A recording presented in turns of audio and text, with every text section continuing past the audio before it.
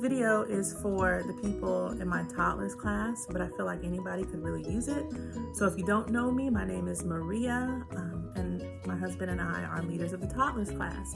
And I was thinking about what we're always hearing at MBT when they tell us to own it, own the ministry, own this, own it, and what that actually means. And so Sean and I worked this past Sunday, and it was just going through my head about what it means to own it and how we've grown in the ministry.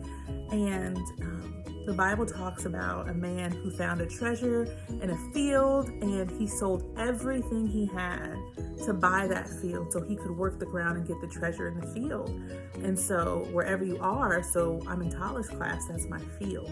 And so in owning it, practically what that looks like is taking responsibility for all the things in the class.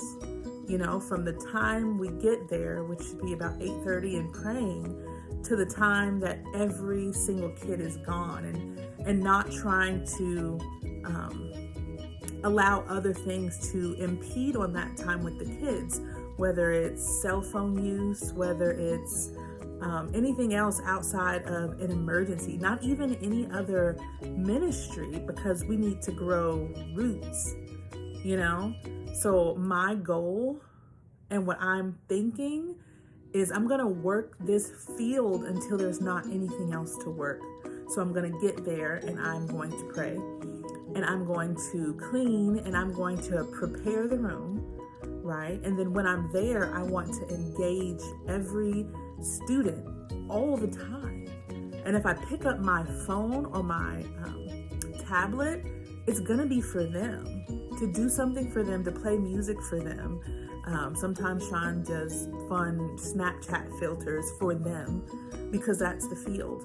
And then when it's time to go, you know, it might only be one kid there, but I want to work that field until there's nothing there left, you know? And I think it's good for the ministry. I know it is, because like the Bible says, we're making full proof of the ministry, and we're giving our all to the God who has called us faithful. We didn't show ourselves faithful. He called us faithful, you know? So we're giving our all to him, and it helps us to grow and to be rooted and grounded when I go into that ministry setting, thinking, this is my job. This is for the King. This is what I'm here to do. Like, we really need to make sure we're stewarding the hearts of the little ones.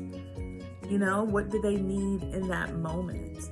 If you're bored, they're bored. If you're frustrated, they're going to be frustrated. And sometimes with that age group, playing is not enough. They need connection.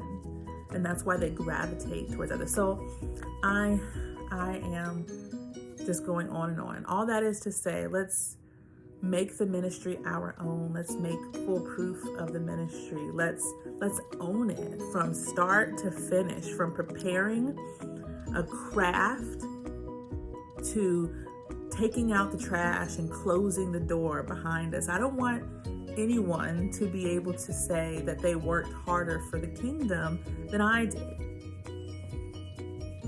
I mean, it's nothing to the Lord, but I want to give my all for the one who gave his all to me. Yeah, that's poetry talking, but you know what I mean. Like, don't you want that? Like, wherever you are, grow roots. If you're going to take the time to do it, dig in and make sure that's something that you are willing to give your life up for. Even the convenience of family things. And I'm not trying to call anyone out, because we all have family things, but like, if it's not an emergency, like, we have to prioritize the kingdom. What did Jesus say? You have to hate your mother, your father, you have to hate these people, not to dislike them, but to choose him first. Okay, so if you can do that, awesome. If you can't do that, consider maybe you're not in the right ministry. Find somewhere you can grow roots, you know? Just my thoughts. And I recorded it because it's easier than sending an email. So I'll talk to you later. Bye.